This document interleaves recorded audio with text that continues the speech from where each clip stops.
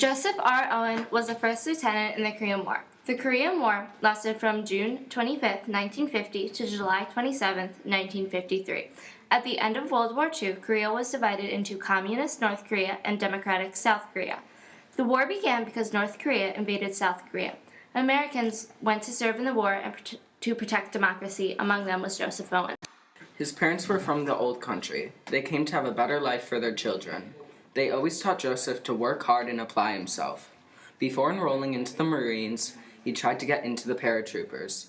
They would not accept him because he was too tall and too skinny, so they told him to go for the Marines. He went to boot camp at Paris Island. He immediately liked it because he became fit and coordinated. Also, he found he enjoyed being a leader. After he completed boot camp, his superiors saw his born nature of leading and made him first lieutenant.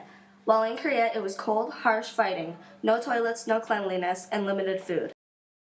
Guy up in front I couldn't recognize. Who was this guy? He looked like hell. Then I realized it was me.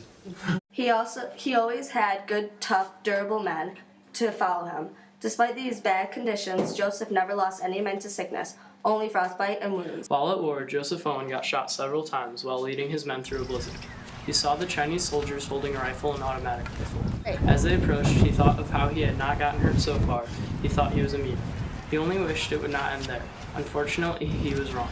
Joseph was shot in the left shoulder, spun around, and then shot in the opposite arm. One of his men dragged him off to seek medical attention. The others continued forward. Joseph was forced to live as a civilian after being shot, despite his severe will to go back. He was left with injuries in his arm and couldn't work his trigger finger. He started working and did not like his superiors that much. He said they were not the type of people he'd follow in battle, so he eventually started his own business.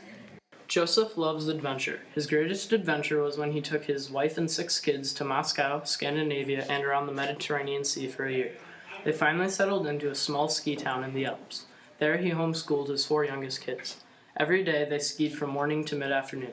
While they did this, his wife would go up to a gourmet restaurant above their home and learn how to cook gourmet meals for everyone. When the year was up and they were headed home, Mr. Owen hoped they did not make it back in time for finals, for he feared his kids would not do good because of his teaching. But to his surprise, they ended up doing very well. Mr. Owen also wrote a book titled Colder Than Hell about his experiences during his time in Korea. He said his inspiration was from his upbringing, and even though he was reluctant to admit it, the other was the movies. At our interview with Joseph, he left us with lots of advice and things to think about. He highlighted several times that we should find something that we enjoy, do something that brings us pleasure in life. He takes his experiences from the war and lectures around. It is something he enjoys very much. He also told us to also be creative. And lastly, he said if he could only leave us with one thought, it would be to say to ourselves, what if?